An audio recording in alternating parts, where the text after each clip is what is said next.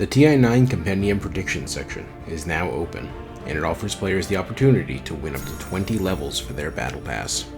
But that's easier said than done. Even Dota 2's foremost analysts only get a handful of predictions right each year. Weighing things like past tournament results, the current meta, and your own gut feelings about how the international will play out against things like possible patches, inconsistent results from teams, and a number of other factors is just very, very difficult. But we at Win have watched hours of tape and crunched all the numbers we could find in order to compile our early compendium predictions.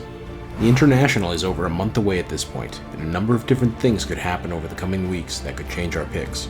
We know that some of you want to just get this done as soon as possible. We will be putting out another video closer to the start of the event, so make sure to subscribe in order to keep an eye out for that, as well as our other content on the TI9 Battle Pass. This is going to be a fairly long video, so if anyone is feeling antsy, here's an early look at our heroes, players, teams, and tournament picks. But we're going to give you our rationale for each category, and if you would like to find out some other possible options, make sure to click the link to our written article in the description. We start things off with most picked hero. Sand King was the slam dunk pick here for several months, but Grimstroke has taken over as the most popular support hero in Dota 2. He offers excellent damage output among his peers, and has some strong disables as well. He was the most picked hero at the Epicenter Major, and there's a decent shot he retains that title at TI9. The most banned hero category has shifted many times over the last few months. Heroes like Drow Ranger and Nyx Assassin have been hit hard by nerfs, while others, like Chen and Darkseer, have varied wildly based on the tournament. Ember Spirit was the subject of another big shift during the TI9 qualifiers. Given his popularity across all regions and all levels of tournament play, I'm expecting this to be a precursor to how pros handle him at TI9.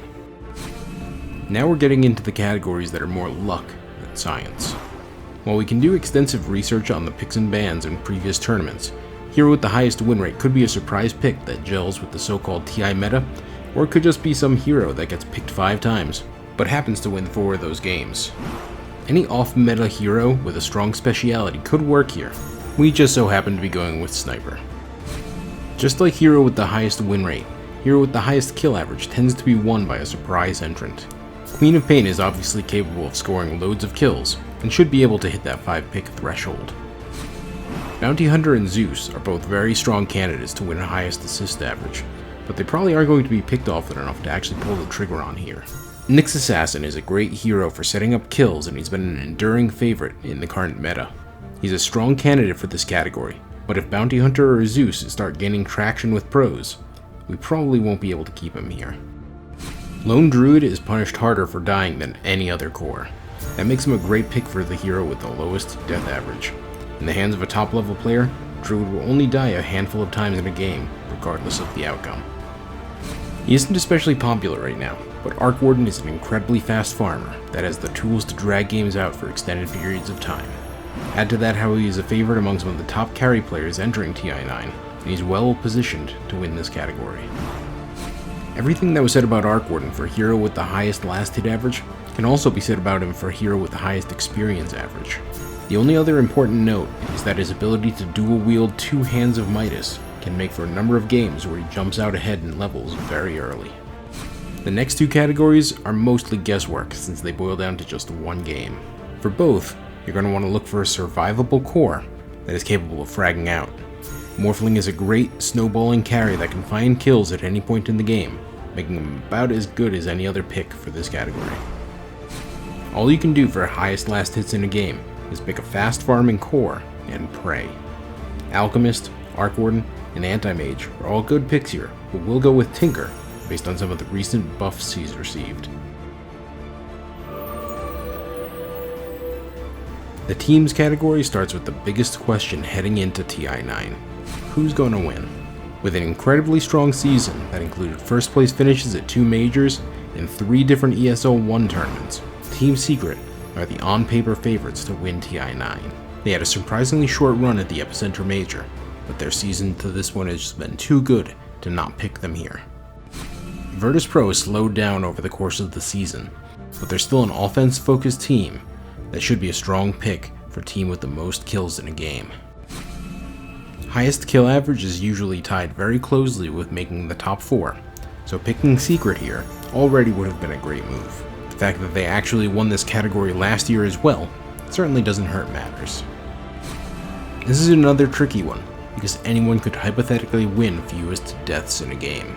Your best bet is to just pick a team that wins quickly. Vici Gaming is about as good as it gets for that. Vici Gaming likes to win sooner than later, but they're still a great pick for the most assists in a game category. The first reason for that is their excellent base defense. The second is the fact that their captain Fade is possibly the best Zeus player in the world, and hasn't been shy about playing him this season. The team that wins the longest game will either be one that likes to play slow-paced Dota 2, or it might be somebody who has excellent high ground defense and a knack for making comebacks. Team Liquid is more the latter than the former, though they're also not above drawing things out before looking to go for the win. Longtime players might be surprised by this, but Chinese teams are playing some incredibly fast-paced Dota 2 in 2019. Vici Gaming in particular is great at taking advantage of an early lead, and they have a great chance of winning the shortest game of the tournament as a result. Highest game length average is traditionally won by a team that's good, but happens to wash out of the international early on.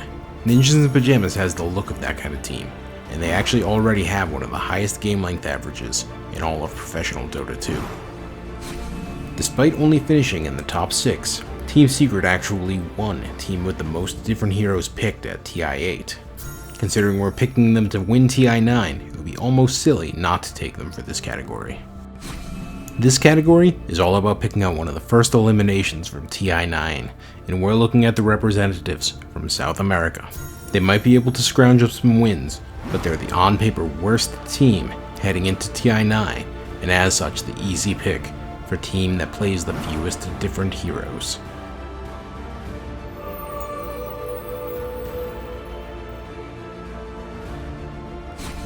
Now we jump to the players category, with player with the highest kill average. OG has been looking great lately, and that's largely because of Ana's ability to rack up kills. OG mid player Thompson gives him plenty of room in this regard, and if OG can make any kind of a run at TI9, there's a strong chance he'll be near the top of this category. The jury is still out on Team Liquid's Weehigh era, but the early results were very promising. Miracle also seems to be the top fragger of the team, and with Liquid likely positioned to make a strong run, he's a solid candidate for the most kills in a game category.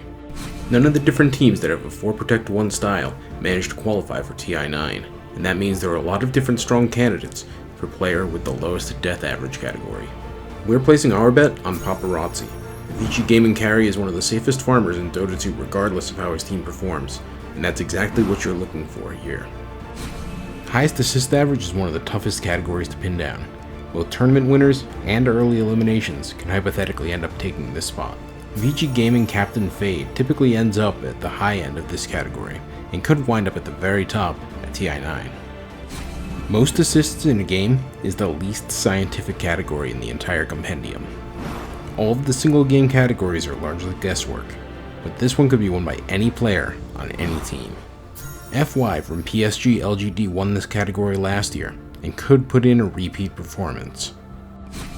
Nisha from Team Secret is the best pick for both last hit categories.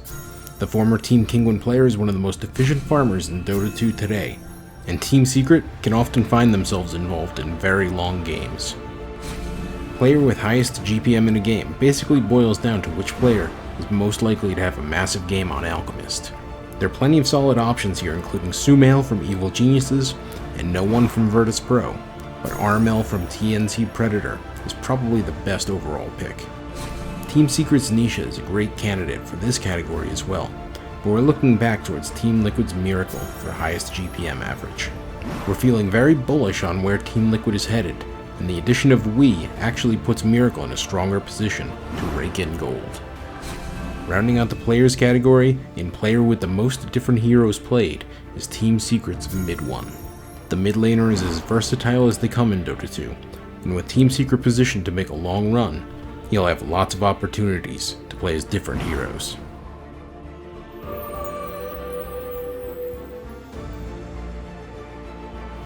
Dota 2 is more top-heavy now than it ever has been, with a handful of teams standing far above the rest. That should make for a lot of 2-0 series during the main event, which makes the 45-49 pick a really strong one this year. Wings Gaming showed that Dota 2 is an incredibly well-balanced game when they completely ignored the meta but still managed to win TI6. Other teams took notice of that approach, and we saw almost every hero picked in both TI7 and TI8.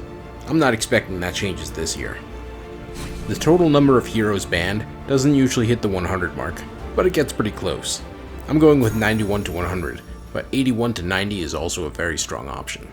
We've seen some seriously bloody games of Dota 2 in recent months, and I don't think that's going to stop at the International. I'm going at the maximum here of 121 plus. At one point, there was absolutely no doubt we would get at least one game at the International that came close to 2 hours. But 2017 and 2018 have seen a lot of different changes added to shorten the average length of games. These days, most games end in under 40 minutes, and it's somewhat rare to see games even reach 60. I'm hoping that one game will drag out to that 70-minute mark, but I don't expect it to go too much higher than that. The shortest game of the International is usually in the 15 to 20-minute range. There's an off chance we might see a game end in under 15 minutes under the right circumstances, but you absolutely shouldn't go any higher than this. Last year, Sumail scored a whopping 31 kills for Evil Geniuses in a losing effort against the OG. It might not be Sumail this year, but I'm expecting somebody to frag out in similar fashion and rack up more than 25 kills. This year's meta will likely be an aggressive one, with lots of fighting. That's bad news for any 5-position support players out there, and it has me looking towards the higher end of our options, particularly towards that 18 to 20 pick. You only need one long game as a hero like Necrophos or Bounty Hunter in order to rack up more than 35 assists. It might not happen often, but I'm betting it's going to happen at least once. And finally, we come to the last and probably the easiest pick of the entire compendium. At some point during TI9, we're going to get a big game from an Alchemist or an Anti-Mage, and they're going to hit 1000 GPM. And those are our early picks for the TI9 Battle Pass. Disagree with us on any category? Well, feel free to leave a comment below. And if you have any friends that need help making picks, go ahead and share. Finally, make sure to like this video and subscribe to keep up on all of our TI9 Battle Pass content.